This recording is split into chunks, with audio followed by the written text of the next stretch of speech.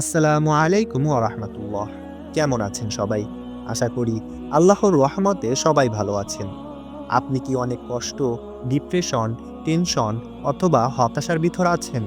কেউ আপনার সাথে কথা বলছে না, কেউ আপনাকে সম্মান করছে না এবং অভাব অনাটন আপনার পিছু ছাড়ছে না।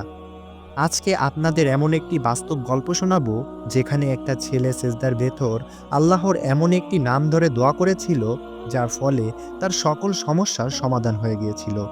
আল্লাহর সেই নামটি সম্পর্কে জানতে হলে গল্পটি শেষ পর্যন্ত দেখতে থাকুন। ইনশাআল্লাহ আপনার সময় নষ্ট হবে না। আর গল্পটা শেষ পর্যন্ত শুনলে হতে পারে আপনার জীবনও বদলে যেতে পারে। তাহলে চলুন গল্পটা শুরু করা যাক। এটা আমার জীবনের এমন একটা সময়ের কথা, যখন আমি ভেতর থেকে পুরো ভেঙে গিয়েছিলাম। আমার জীবনে একটা সময় ছিল যখন বাইরে থেকে সব ঠিক মনে হলেও ভেতরে আমি প্রতিদিন হেরে যাচ্ছিলাম। কেউ জানতো না রাতে ঘুমানোর আগে আমি কতটা ক্লান্ত থাকতাম। কেউ জানতো না আমি কতবার আল্লাহকে ডাকতে চেয়েও ঠিক মতন ডাকতে পারিনি। একদিন এমন হলো, সারাদিন মনটা খুব ভারী লাগছিল। মনের ভেতর এমন একটি চাপ ছিল, যেটার কোনো নাম নেই বললেই চলে। সেদিন রাতে আমি নামাজে দাঁড়ালাম। মনটা খুব ছিল বিক্ষিপ্ত, তবুও দাঁড়ালাম। নামাজ পড়া শুরু করলাম, কিন্তু মন কোথাও বসছিল না। তারপর আমি সেজদায় গেলাম।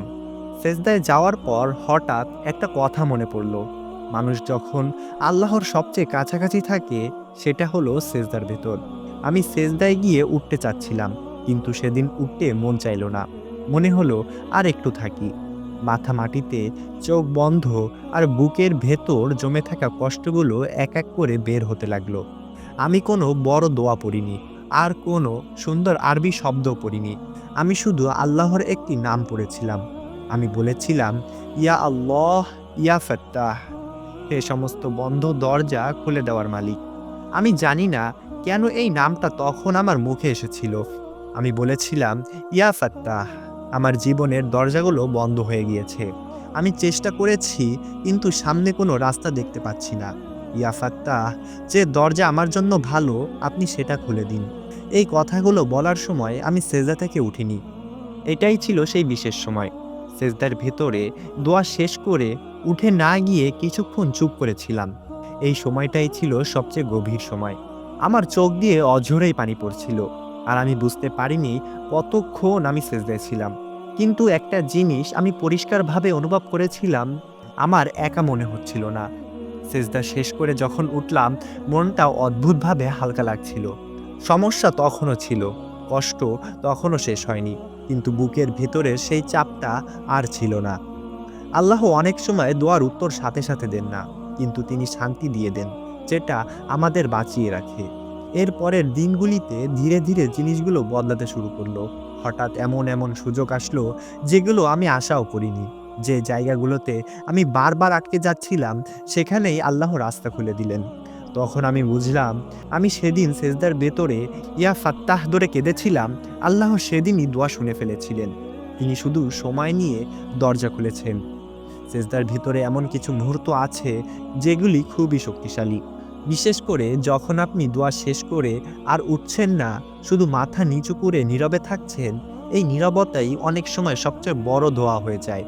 আর আল্লাহর এই নামটা, ইয়া ফাত্তাহ, যিনি সব বন্ধ দরজা খুলে দেন, এই নাম ধরে দোয়া করলে ভাঙা হৃদয়গুলো সবচেয়ে বেশি সান্ত্বনা পায়।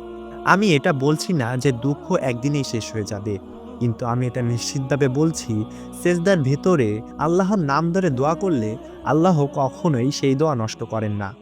আজকে যখন আপনি নামাজ পড়বেন, সেজদায় গিয়ে উঠতে তাড়াহুড়া করবেন না। একটু সময় নিবেন, মাথা নিচু করে বলবেন, ইয়া আল্লাহ, ইয়া ফাত্তাহ, আমার জীবনের যে দরজাটা এখন বন্ধ, আপনি জানেন কোনটা আমার জন্য ভালো। আপনি সেটাই খুলে দিন। এরপর কিছুক্ষণ চুপ থাকুন। হয়তো আপনি কিছুই শুনবেন না, কিছুই দেখবেন না, কিন্তু বিশ্বাস করবেন, আপনার দোয়া আল্লাহ তাআলা শুনেছেন। প্রিয় ভাই বোনেরা, আমার এই কথাগুলো যদি আপনার মনের ভিতর জায়গা করে নেয়, তাহলে অবশ্যই একটি লাইক করবেন।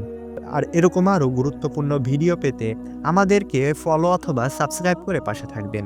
আজকের মতো বিদায় নিচ্ছি। আসসালামু আলাইকুম ওয়া রাহমাতুল্লাহ।